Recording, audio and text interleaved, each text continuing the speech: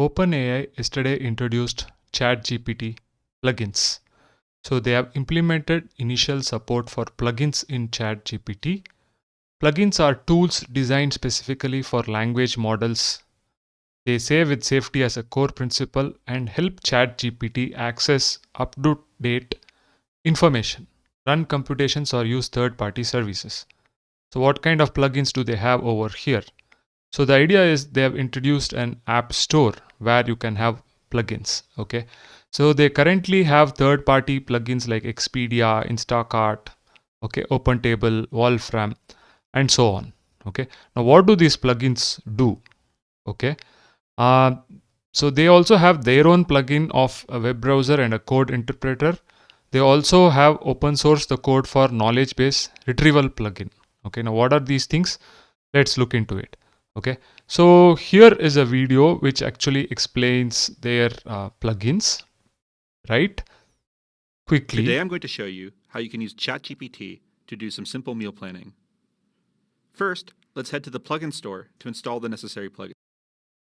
So the idea over here is that you have to install some plugins, okay, from their plugin store basically.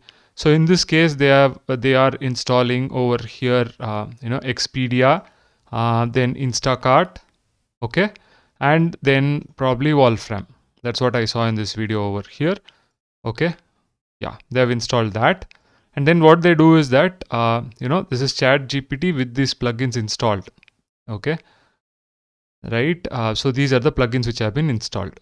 Okay.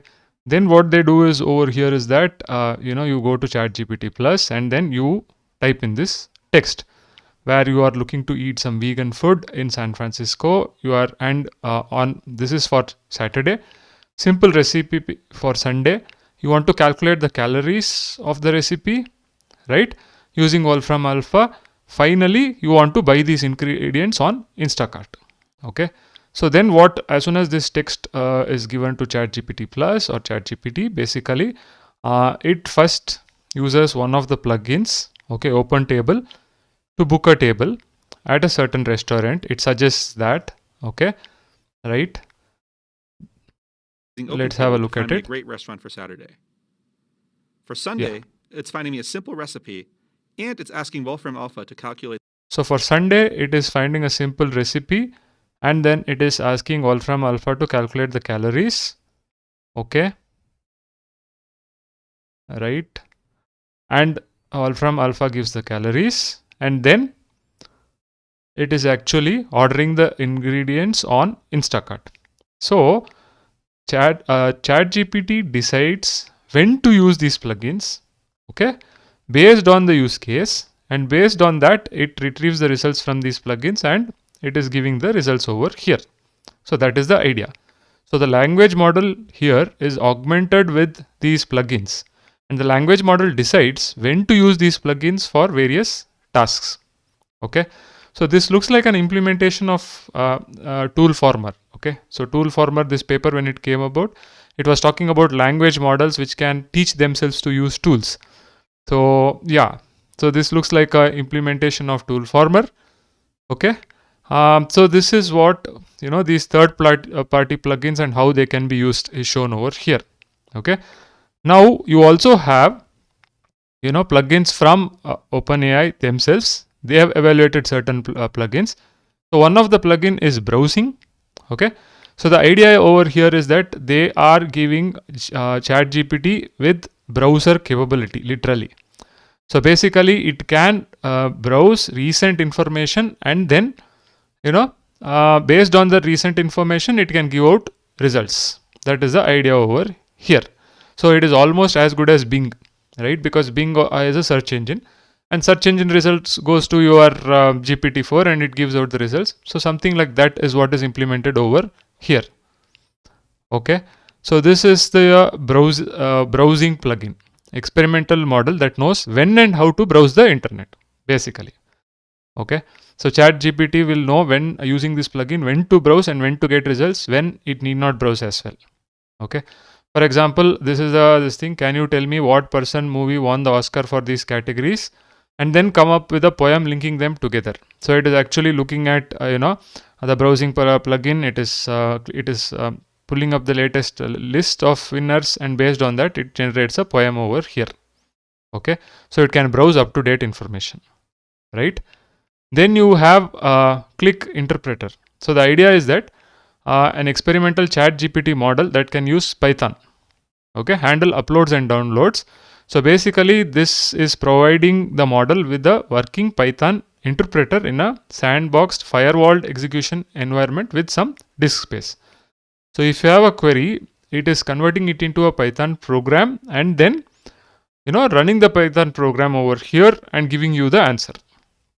Okay, for example, a brick weighs 30% of a brick plus 5 GPUs. This is the example over here. It does this calculate, it writes a Python program for this particular problem, and then it runs it using the interpreter and gives the result over here.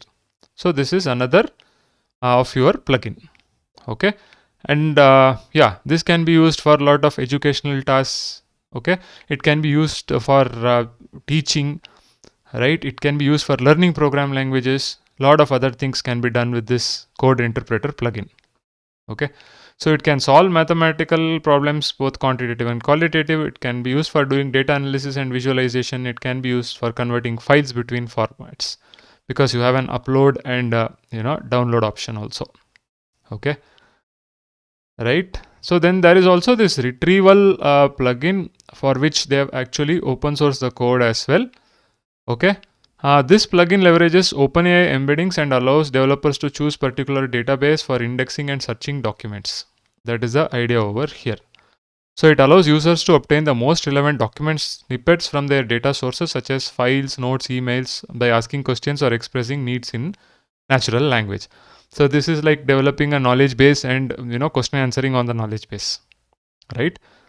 So these are the three plugins which are from OpenAI: a browser plugin, a code interpreter, and a retrieval plugin. Okay, they have demos over here. You can check out these videos. And they have third-party plugins which I have covered a little bit in terms of Open Table, Wolfram, and Instacart in that previous example. But they also have a lot of other third-party plugins. Okay, right? So they have actually launched a waitlist over here. You can fill in the details for the waitlist, and what they say is that for certain they'll be granting access to a limited number of users and developers at launch. Okay, so you can join the waitlist. They also have documentation of the chat plugins over here. So users can create their plugins, and they have to specify a specification, API specification, and a natural language description of when to use the API.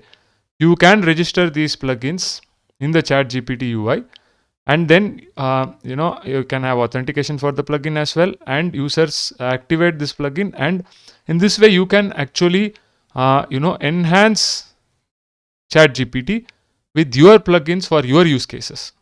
Okay, you can use these third-party plugins. You can use the the plugins which are already available from OpenAI, but you can also develop your own plugins and enhance ChatGPT. That is the idea over here. So they are slowly building an app store for ChatGPT, right, where plugins will be listed and users can make use of it. So they are slowly building an app store over here. So this is a huge announcement.